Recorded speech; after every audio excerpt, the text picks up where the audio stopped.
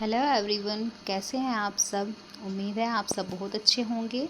आज इस वीडियो में हम आपकी हिंदी की पाठ्य पुस्तिका मल्हार का पाठ 6 मेरी माँ पढ़ेंगे।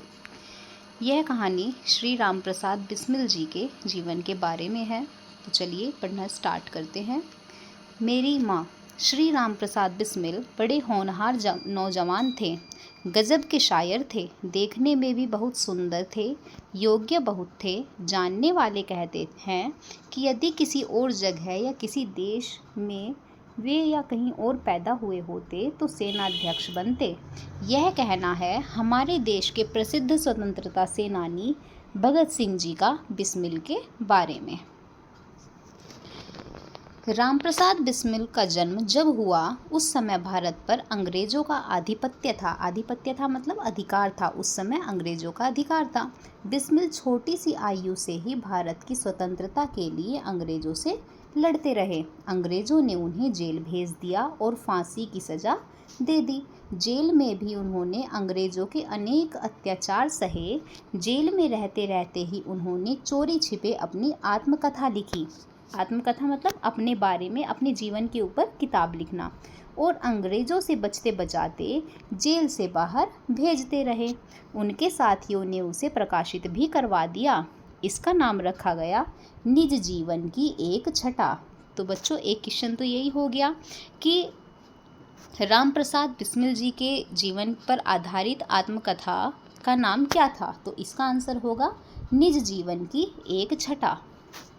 इस पुस्तक ने अंग्रेजों के होश उड़ा दिए। लोगों में अंग्रेजों के विरुद्ध क्रोध और बढ़ गया। इस तरह इस आत्मकथा के कारण अंग्रेज बिस्मिल को फांसी देने के बाद भी उन्हें हरा नहीं सके।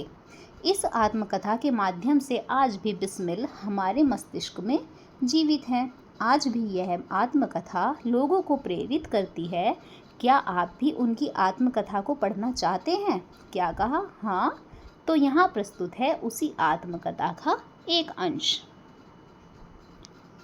लखनऊ कांग्रेस में जाने के लिए मेरी बड़ी इच्छा थी। दादी जी और पिताजी तो विरोध करते रहे, किंतु माता जी ने मुझे खर्च दे ही दिया। उसी समय शाहजहांपुर में सेवा समिति का आरंभ हुआ था। मैं बड़े उत्साह के साथ सेवा समिति में सहयोग देता था। पिताजी और दादी जी को मेरे इस प्रकार के कार्य अच्छे न लगते थे, किंतु माता जी मेरा उत्साह भंग नहीं होने देती थी, जिसके कारण उन्हें अक्सर पिताजी की डांट फटकार और दंड सहन करना पड़ता था। वास्तव में मेरी माताजी देवी हैं। मुझ में जो कुछ जीवन और साहस आया वह मेरी माताजी और गुरुदेव श्री सोमदेव जी की कृपाओं का ही परिणाम है। दादी जी और पिताजी मेरे विवाह के लिए बहुत अनुरोध करते, किंतु माताजी यही कहती कि शिक्षा पा चुकने के बाद ही विवाह करना उचित होगा। माताजी के प्रोत्साहन और सद्व्यवहार ने मेरे जीवन में वह दृढ़ता उत्पन्न की कि किसी आपत्ति और संकट के आने पर भी मैंने अपने संकल्प को नहीं त्यागा। एक समय मेरे पिताजी दीवानी मुकदमे में किसी पर दावा करके वकील से कह गए थे कि जो काम हो वह मुझसे करा ले। कुछ आवश्यकता पड़ने पर वकील साहब ने मुझे बुला भेजा और कहा कि मैं पिताजी के हस्ताक्षर वकालतनामे पर कर दूं। मैंने तुरंत उत्तर दिया कि यह तो धर्म विरुद्ध होगा। इस प्रकार का पाप मैं कभी नहीं करूँगा।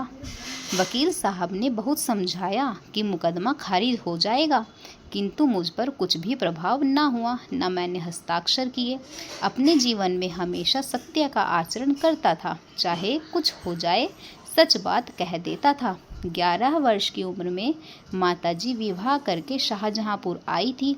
उस समय वह नितांत अशिक्षित एक ग्रामीण कन्या के समान थी। शाहजहांपुर आने के थोड़े दिनों बाद दादी जी ने अपनी छोटी बहन को बुला लिया। उन्होंने माताजी को गृह कार्य की शिक्षा दी। थोड़े दिनों में माताजी ने घर के सब कामकाज को समझ लिया और भोजन आदि का ठीक ठीक प्रबंध करने लगी। मेरे जन्म होने के 5 या 7 साल बाद उन्होंने हिंदी पढ़ना आरंभ किया। पढ़ने का शौक़ उन्हें खुद ही पैदा हुआ था। मोहल्ले की सखी सहेली जो घर पर आया करती थी, उन्हीं में जो शिक्षित थी, माताजी उनसे अक्षर बोध करती, मतलब अक्षर को समझना सीखती।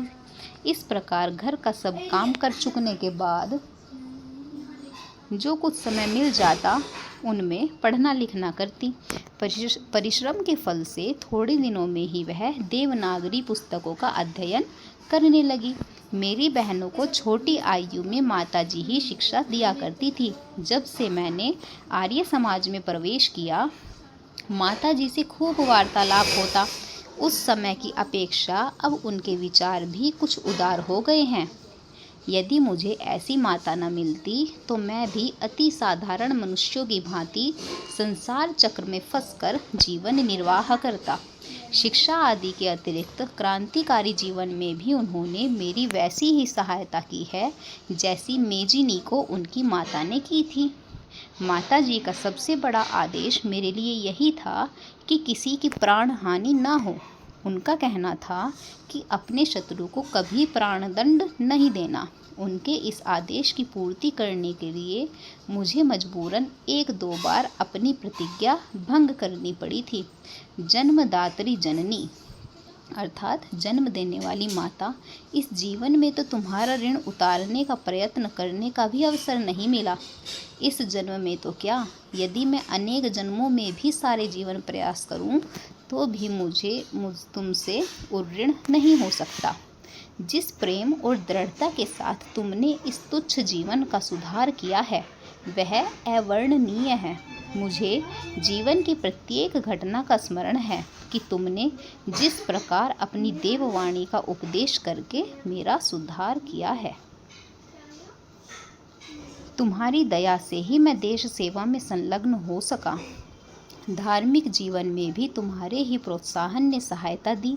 जो कुछ शिक्षा मैंने ग्रहण की है उसका भी श्रेय तुमको ही है। जिस मनोहर रूप से तुम मुझे उपदेश करती थी उसका स्मरण कर तुम्हारी मंगलमयी मूर्ति का ध्यान आ जाता है और मस्तक झुक जाता है। तुम्हें यदि मुझे ताड़ना भी देनी हुई तो बड़े स्नेह से हर बात को समझा दिया। यदि मैंने धृष्टतापूर्ण उत्तर दिया तब तुमने प्रेम भरे शब्दों से यही कहा कि तुम्हें जो अच्छा लगे वो करो, किंतु ऐसा करना ठीक नहीं, इसका परिणाम अच्छा नहीं होगा। हे जीवनदात्री, तुमने इस शरीर को जन्म देकर केवल पालन पोषण ही नहीं किया बल्कि आत्मिक, धार्मिक और सामाजिक उन्नति में तुम ही मेरी सदैव सहायक रही। जन्म जन्मांतर परमात्मा मुझे ऐसी ही माता दे। महान से महान संकट में भी तुमने मुझे अधीर नहीं होने दिया। सदैव अपनी प्रेम भरी वाणी को सुनाते हुए मुझे सांत्वना देती रही। तुम्हारी दया की छाया से मैंने अपने जीवन भर में कोई कष्ट अनुभव नहीं किया। इस संसार में मेरी किसी भी भोग विलास और ऐश्वर्य की इच्छा नहीं, केवल एक इच्छा है, वह यह है कि एक बार श्रद्धापूर्वक तुम्हारे चरणों की सेवा करके अपने जीवन को सफल बना लेता। किंतु यह इच्छा पूर्ण होती नहीं दिखाई देती और तुम्हें मेरी मृत्यु की दुख भरी खबर सुनाई जाएगी। माँ, मुझे विश्वास है कि तुम यह समझकर धैर्य धारण करोगी कि तुम्हारा पुत्र माताओं की माता या भारत माता की सेवा में अपने जीवन की बलि देवी को भेंट कर गया और उसने तुम्हारी कोख कलंकित नहीं की। अपनी प्रतिज्ञा पर दृढ़ रहा। जब स्वाधीन भारत का इतिहास लिखा जाएगा तो उसके पृष्ठ पर उज्जवल अक्षरों में तुम्हारा भी नाम लिखा जाएगा।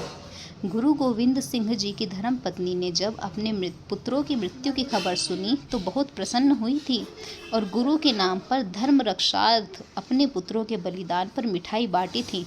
जन्मदात्री, वर दो कि अंतिम समय भी मेरा हृदय किसी प्रकार विचलित ना हो और तुम्हारे चरण कमलों को मैं प्रणाम कर मैं परमात्मा का स्मरण करता हुआ शरीर त्याग करूं। राम प्रसाद बिस्मिल। लेखक से परिचय। तो बच्चों, ऐसे थे हमारे राम प्रसाद बिस्मिल जी। भारत के स्वतंत्रता संग्राम में अनेक क्रांतिकारी वीरों ने अपना बलिदान दिया। सरफरोशी की तमन्ना जैसा तराने लिखने वाले राम प्रसाद बिस्मिल भी उन्हीं क्रांतिकारियों में से एक हैं। मात्र 30 साल की आयु में अंग्रेज सरकार द्वारा उन्हें फांसी पर लटका दिया गया। असाधारण प्रतिभा के धनी राम प्रसाद बिस्मिल एक अच्छे कवि और लेखक भी थे। उन्होंने अनेक पुस्तकें लिखी जिनमें उनकी आत्मकथा काफ़ी चर्चित रही। मेरी माँ उनकी आत्मकथा का ही एक अंश है। तो बच्चों, ये पाठ था मेरी माँ। उम्मीद है आपको पाठ पसंद आया होगा। अगर आपको वीडियो अच्छी लगी है तो प्लीज़ लाइक, शेयर और सब्सक्राइब करना ना भूलें। अगली वीडियो में हम इस पाठ की कंप्लीट बुक एक्सरसाइज करेंगे क्वेश्चन आंसर सहित। तो नेक्स्ट वीडियो देखने के लिए लिंक डिस्क्रिप्शन बॉक्स में है। दूसरे सब्जेक्ट्स की वीडियोज़ के लिंक्स भी डिस्क्रिप्शन बॉक्स में डाल दिए हैं। Thank you.